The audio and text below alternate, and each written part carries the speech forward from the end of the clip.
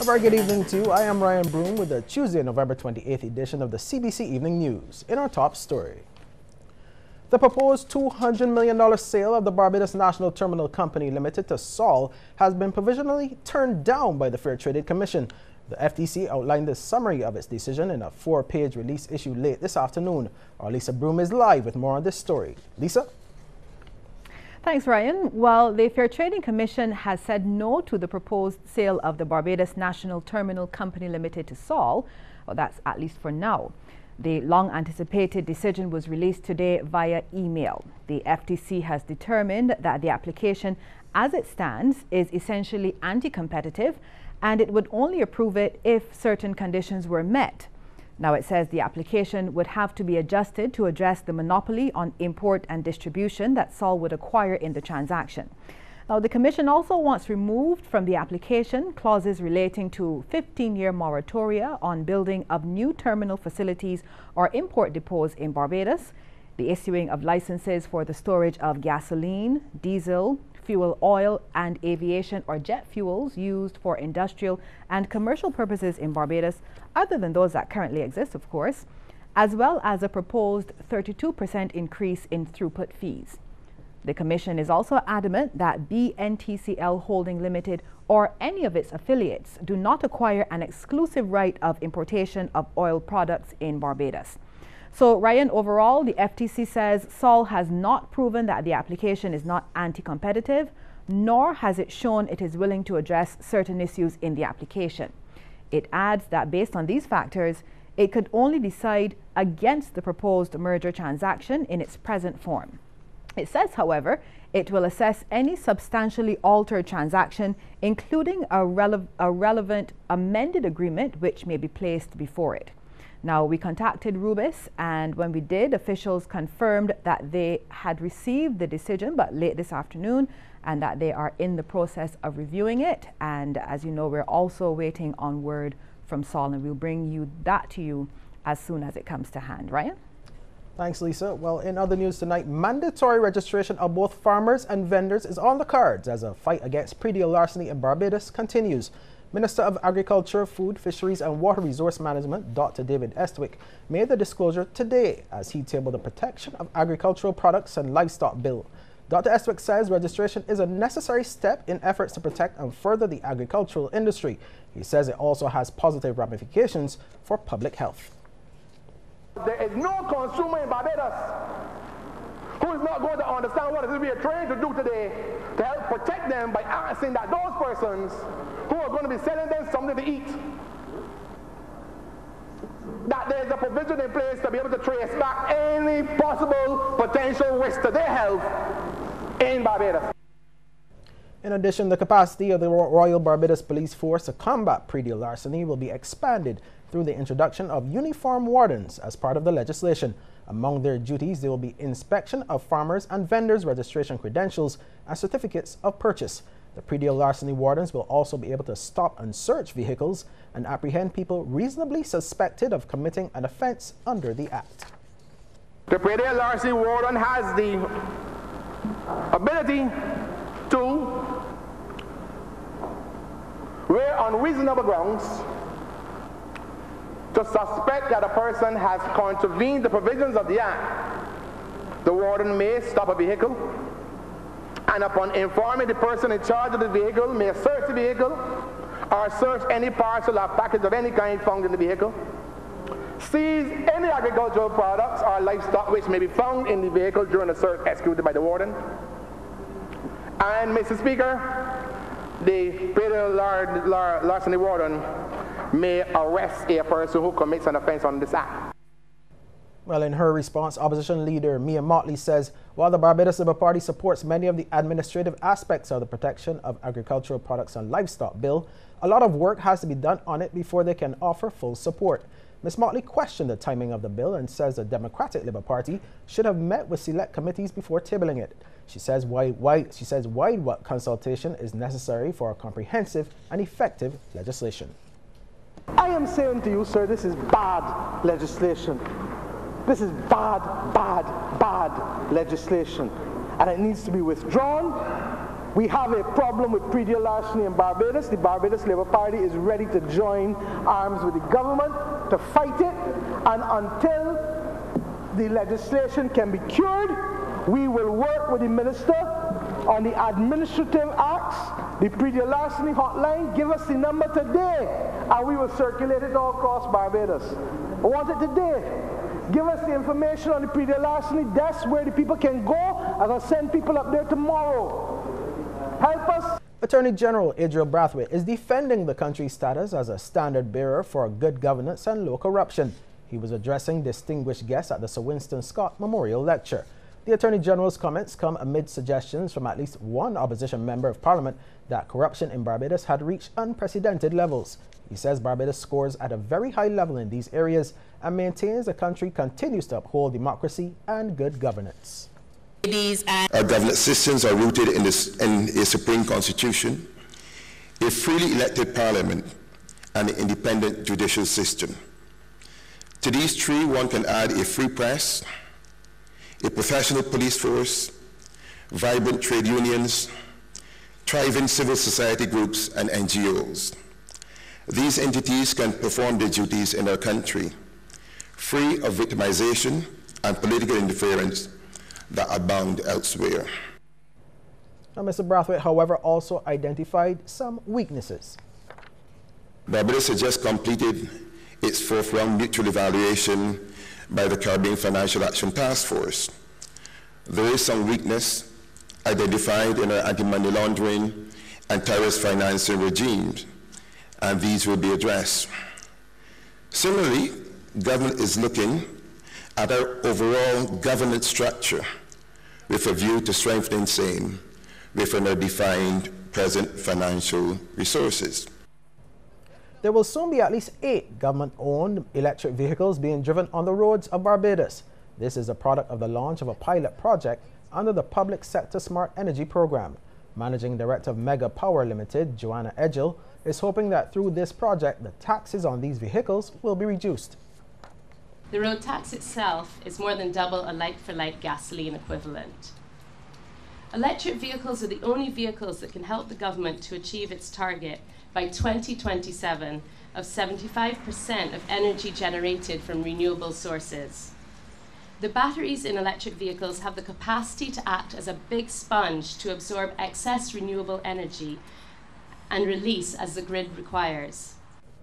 And Minister of State responsible for Energy and Telecommunications, Senator Darcy Boyce, says there will be an addition of 2 electric buses. He says this project will provide the empirical data needed for policy to change. My hope is that we'll also get a couple of other electric vehicles that can be used, for example, in commerce or construction, so that we're able to see how they perform under those conditions as well. I think we need to have a broad range of information. So when we make the policy is not hodgepodge, it's not bits and pieces, but it's made so it covers the whole range of electric vehicles that we have. Health Minister John Boyce says government will continue to invest heavily in primary health care despite skyrocketing healthcare costs over the last 20 years. He gave the assurance as he addressed an open day ceremony at the Eunice Gibson Polyclinic at Warrens. Mr. Boyce says Barbados currently spends in excess of 5% of gross domestic product on healthcare, which is above the recommended minimum from the World Health Organization. He explains that government contributes in excess of $35 million annually to the primary healthcare system. 9 polyclinics and 2 outpatient clinics situated across the island represent our investment in the primary healthcare system. The opening of a new public health laboratory at Enmore, which will be early in January next year, we will further improve our capacity to respond to the old and new health issues that continue to emerge in our region. And the health minister has described the polyclinics as a backbone of the health system and pledges that government will continue to ensure the services are available without charge at point of access. Well, we take a pause here, but we have more news after the break.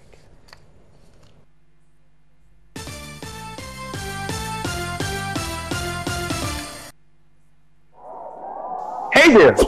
Yes, you! Cashflow customers, you've topped up, signed up, paid your bill on time and in full. Now you can win over $250,000 in cash and prizes. It's time to play. Let your party flow! You can win smart TVs, cell phones, cash, and more weekly. Visit www.discoverflow.co or see press for details. Cable and wireless terms and conditions apply.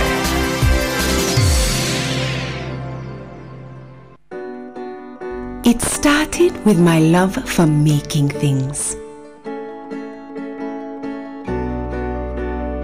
That became a business. And when I wanted to expand, I chose a partner that could help me build on my vision. A partner that made growing my business easier with fewer steps. That's banking that starts with me. It starts with you. Scotiabank. God knows what he was doing when he put Independence Day on Thursday because he don't plan to stand in this house. Me and the two grands going down Pirate School for Q-Fest. Them going in the kids zone with them jumping tents and them things so. And I going to line dance and have some fun playing games. Don't worry, I still able. I making sure we belly full cause all sort of food both there. And then going back home cause you see, I got to change and put on my good dress for the dance at Blue Moon. And the $10, can't forget the $10 to get in. Cute kids, cute in the community, and a cute dance. Cute good for me. Remember, the cute dance is $10. Everything else free, you hear? Help support the restoration efforts for the hundreds of thousands affected by catastrophic hurricanes. Donate to the Red Cross Hurricane Relief account at any branch of the following: CIBC First Caribbean, account number 10011633436. First Citizens, 500-900-00588. RBC Royal Bank, 210-05073. And Republic Bank, 01804-153-1001. Monies raised will be sent to the International Red Cross for its restoration work for affected persons. Appeal closes 30th November 2017. Persons wishing to post checks should make these out to Red Cross Hurricane Relief Appeal account and post to Barbados Red Cross Society, P.O. Box 300 Bridgetown, or hand deliver to the Red Cross Warrens headquarters. The Barbados Red Cross and commercial banks, on behalf of the victims of catastrophic hurricanes, thank all persons and businesses for their contributions.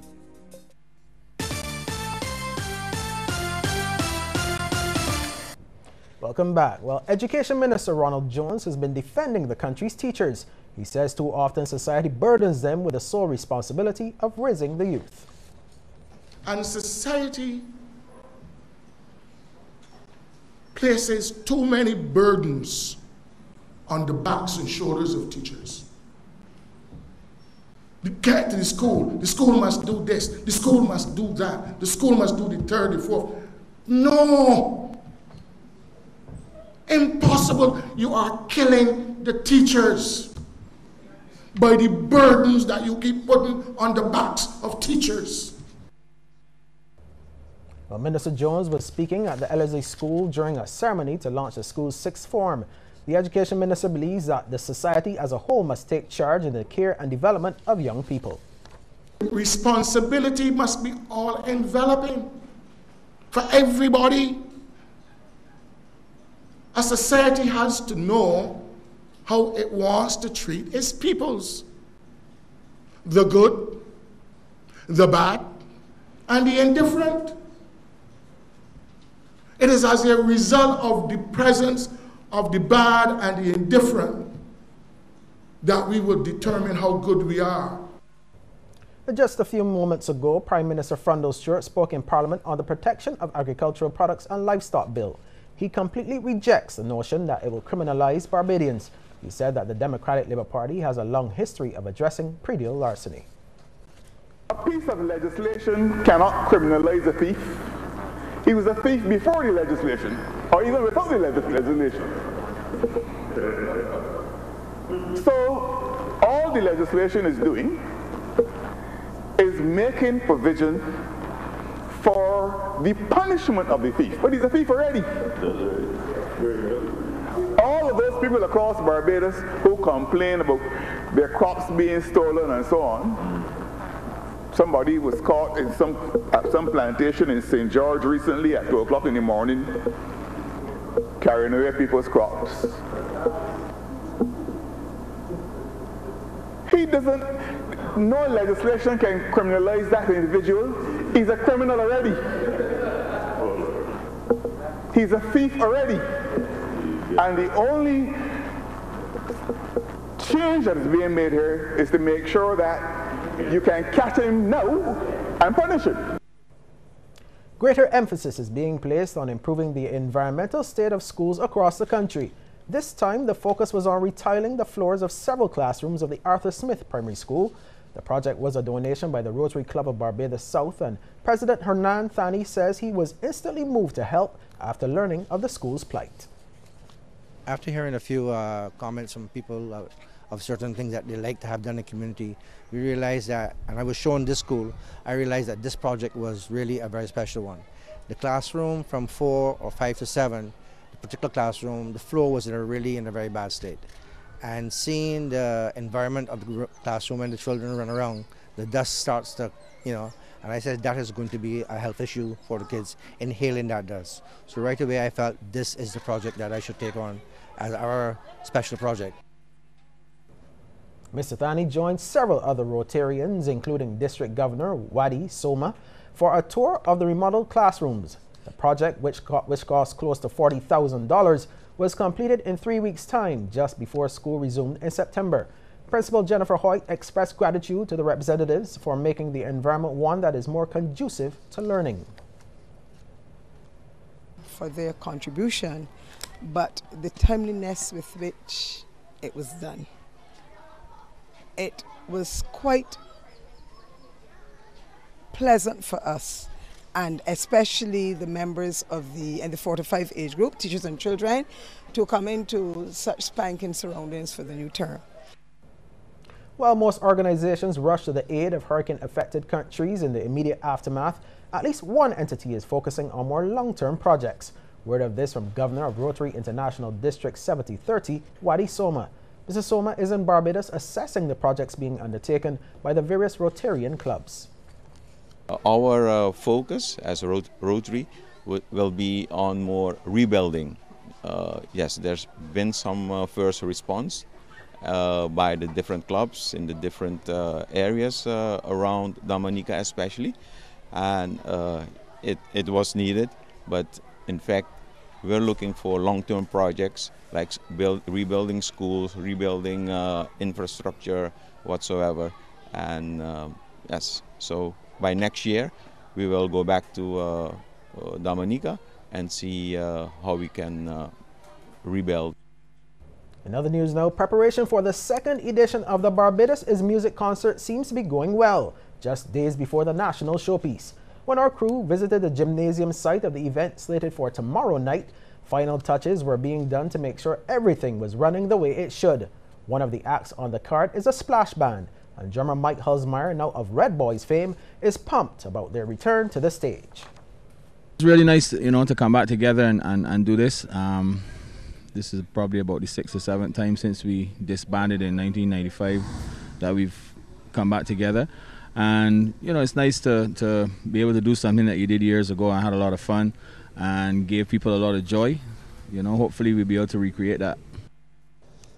Well, we'll take another break here, but when we return, we'll take a look at stories making headlines across the region. We listened to what you had to say and tore up the old rules, because losing what you paid for is just wrong.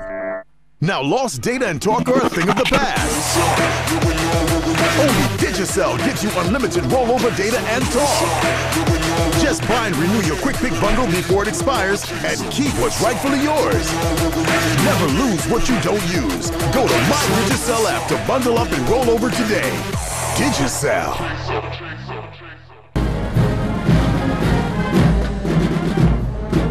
Barbados celebrates its 51st anniversary of independence on Thursday, November 30th, with a military parade at the Garrison Savannah beginning at 8 a.m. Acting Governor General Sir Philip Graves, Prime Minister Frundle Stewart, and Chief Justice Sir Marston Gibson will be among the many dignitaries in attendance at this spectacular ceremony. This year's theme is Excellence in Citizenship, Ensuring Hope for the Youth. Bring your entire family to the 51st Independence Parade, Thursday, November 30th at the Garrison Savannah.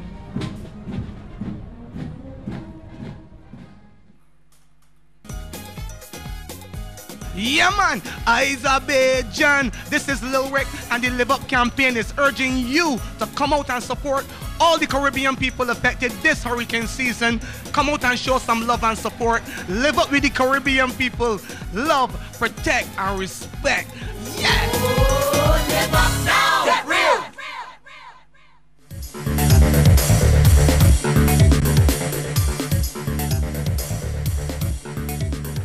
Barbados is once again being praised for its efforts to help hurricane-ravaged Caribbean countries return to normalcy. This time it's coming from Secretary General of the Commonwealth, the Right Honourable Patricia Scotland, who gave the feature address at the Sir Winston Scott Memorial Lecture. The Dominican citizen recently returned from a visit to her hurricane-ravaged homeland, as well as Barbuda, which had been flattened. I saw the impact of Hurricanes Irma and Hurricane Maria. Barbados, thankfully, has been spared this destruction, and I know that you have reacted so generously to Dominica and Barbuda. And as a Dominican, I would like to take this opportunity to thank you for what you have done for Dominica, and to thank you most sincerely. Government-run hospitals in Guyana are facing criticisms by the public about the shortage of medical supplies and drugs. However, administrative staff members are maintaining that it is the Public Health Ministry that is supposed to be correcting the problem. While many patients visiting government-operated medical facilities are complaining about not being provided with all or most of the medicinal drugs or supplies prescribed by doctors, and although the hospitals have a budget to procure items, it is the job of the Materials Management Unit through the Ministry of Public Health to supply these much-needed drugs and medical supplies. That's according to Linden Hospital Complex's Medical Superintendent Dr. Steve Mark. As it is now, our drug supply from Material Management Unit, and I have it in my statistics, is 62%. Means if you have a prescription of 10 drugs, you might only get 6. Dr. Mark addressing the concerns of residents in Region 10 about the situation at his hospital. According to Dr. Mark, his hospital, like some other medical facilities in the country, are in dire need of certain drugs and essential medical supplies for serious injuries. Right now, for instance, I need mannitol in my hospital, which is something for head injury, and Material Management Unit do not have it. We will call right back, and we have the money, and the drug is still not available in the country, so we have to look to other outside sources. So it's an understanding of the system whereby all of our medication, and I think it's a misconception that Linden Hospital Complex, we at the hospital complex, Dr. Norris and the management, that is where the drug situation should be solved. He added that from the small budget that the hospital has, it can only be used in cases of emergencies and shortages of critical drugs, but that this too would be at a small amount based on the limited funds. Well, a glimpse into the world of sports is just ahead with Mark Seal, but first, here's a tip from Cooperators General Insurance. This tip of the day is brought to you by Cooperators General Insurance Company Limited. Insurance the way you want it to be. Drivers should only emerge from a major stop onto a secondary road when it's absolutely safe to do so, as the speed and distance of an approaching vehicle can be easily misjudged. Cooperators General, promoting safety on our roads.